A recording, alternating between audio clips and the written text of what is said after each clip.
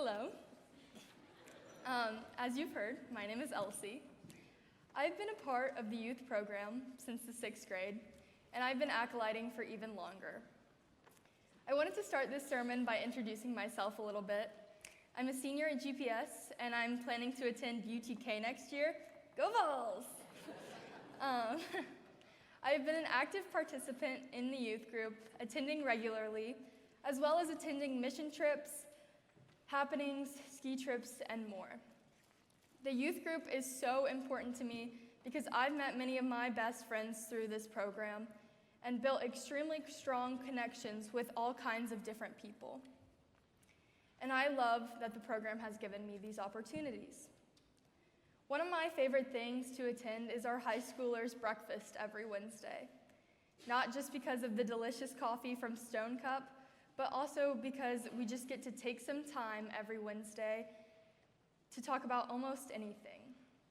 I've also loved inviting many of my friends who are not members of this church to join, just because breakfast is so fun, and I know that all are welcome. If you asked me when I came into the youth program in the 6th grade if I thought I would be giving the senior sermon, my answer would probably be no. If you asked me my sophomore year of high school, I would probably say that I didn't believe in God. But if you ask me now, despite me actively giving it, I would say I'm excited to share, and if what I have to say even resonates with one person, I would feel content. I've never seen myself as super religious. I used to complain and cry when my parents said it was time for church. I've fallen asleep during my fair share of sermons, and I struggled to pay attention to what was being said.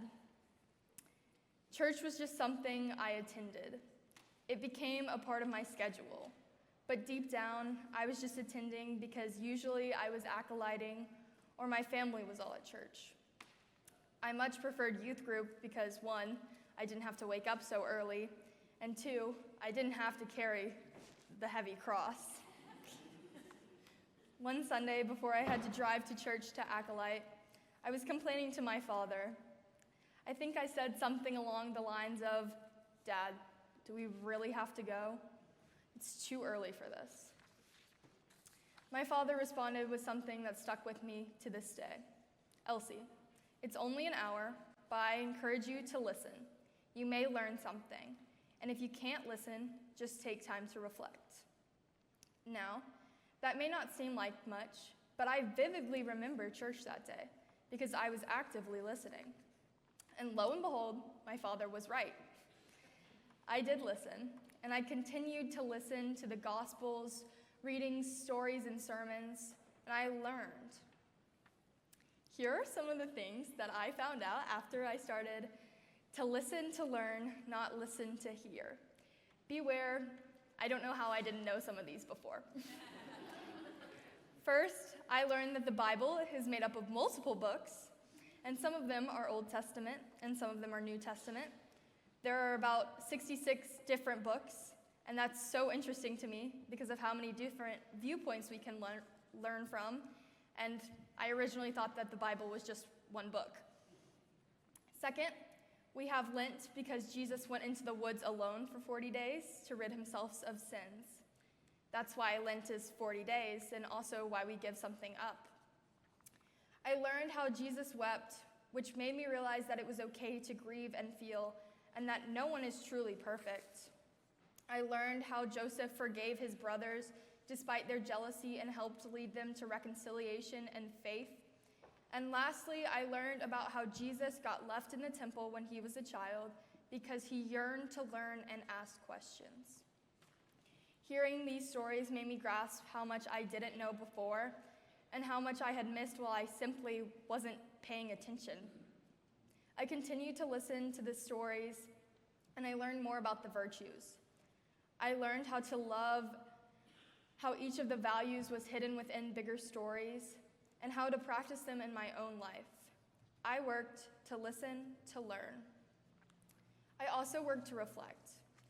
During times of prayer and reflecting made me realize how to look for God's light in more than just the church, like looking for God in nature, the people around you, and more. Reflecting during prayer taught me a new form of gratitude and gratefulness to everything around me and everything I have been offered. Something still didn't feel right.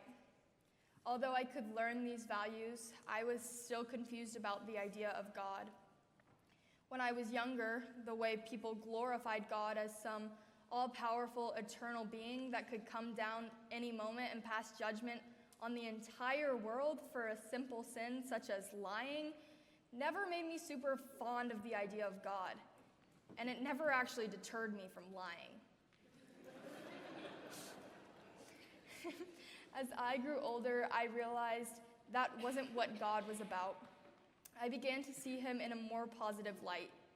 I came to depend on the belief that he could heal people and grant prayers and wishes, but when things didn't go as hoped, I lost faith. I could always feel faith again when I came to church, and I have always cherished the way that my religion puts love first.